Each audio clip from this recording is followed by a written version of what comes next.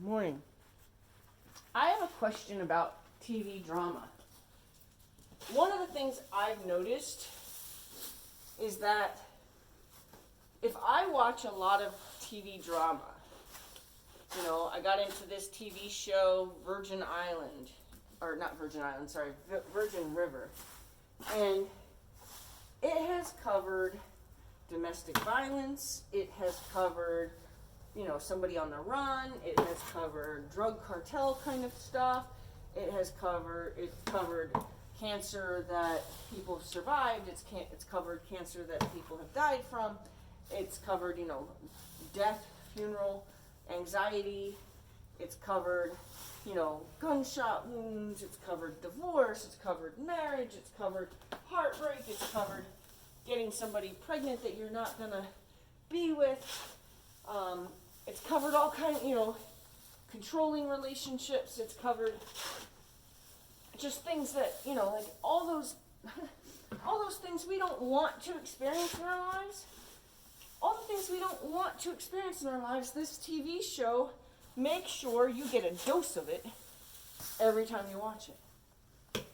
And one of the things I had noticed when I got on a little bit of a Grey's Anatomy binge some time back, that I can see a reflection of what that makes me, like where it sets my tone, kind of for the, like for a period of time, like it kind of sets my tone. It kind of, sets the lighting for my life in my perception of, So like if I watch a lot of Grey's Anatomy, I was finding that I was not, I don't want to say feeling depressed, but I was feeling more on edge. I was feeling more vulnerable maybe. Like you're watching this TV show that just has sadness and conflict and all this stuff, and I'm like, wow. And I even did a post probably about 6 months ago suggesting people give that an awareness and go, watch one of your dramas and then pay attention to your mood. Like, go off your drama for, like, say, 2 weeks. Then either find a new drama to get all engrossed in, or watch a drama that, resume a drama that you've been watching.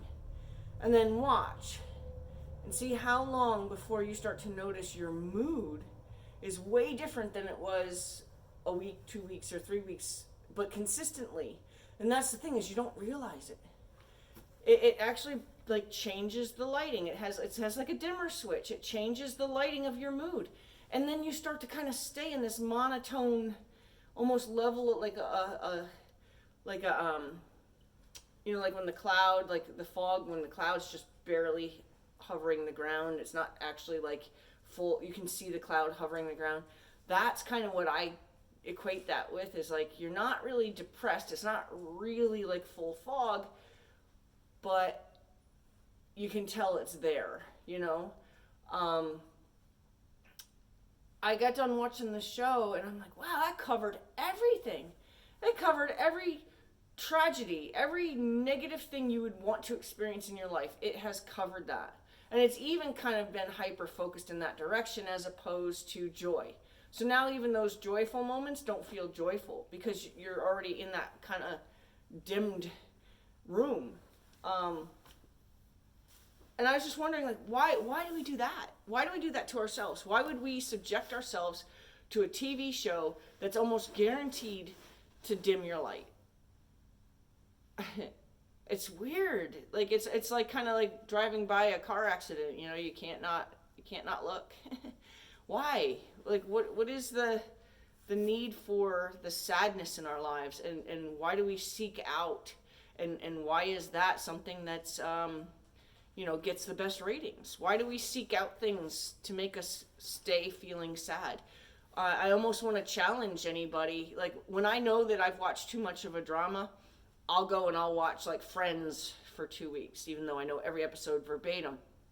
Or I'll go watch, Mike and Molly. I'll go watch shows that even if they do cover like real life stuff, they do it in a light way. They do it in with the lights up high instead of dimmed. I don't know. I'm just curious. if anybody understands why we're so subjected, and why we're so drawn to things that make us feel bad, and why would we even produce things like that?